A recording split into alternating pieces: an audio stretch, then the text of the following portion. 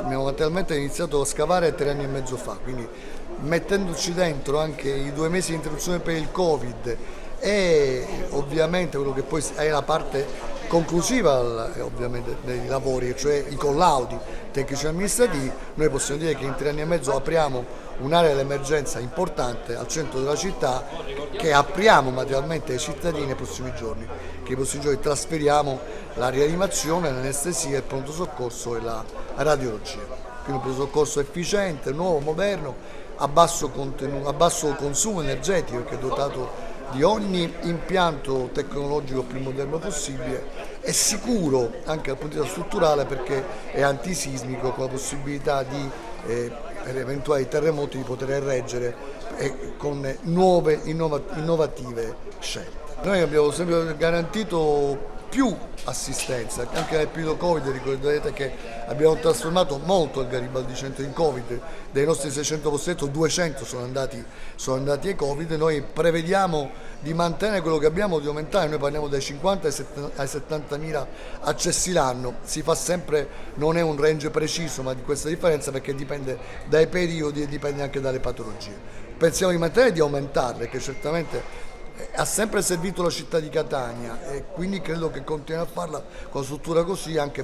probabilmente anche per la provincia. Abbiamo implementato il finanziamento regionale con delle attrezzature radiologiche, le troviamo nelle sale operatorie, le troviamo in ogni reparto, le ultime di ultima generazione, che consentono un innalzamento della qualità dell'offerta sanitaria, cosa che è necessaria per chi fa emergenza, chi fa pronto soccorso, da un lato accogliere i pazienti, accoglierli in tempi brevi, immediati, appropriati,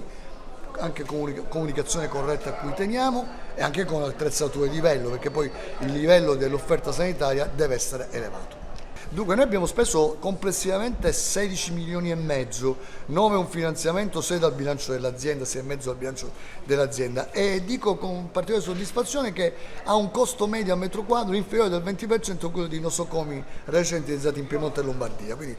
vuol dire che qualche cosa di buono si è fatto. Il personale, ci abbiamo pensato prima. Noi abbiamo iniziato 1 anno e mezzo fa, all'inizio del 22, a fare tutti i concorsi per tutte le procedure, per i medici e le patologie afferenti a questa struttura e non solo, quindi posso dire con tranquillità che noi abbiamo il personale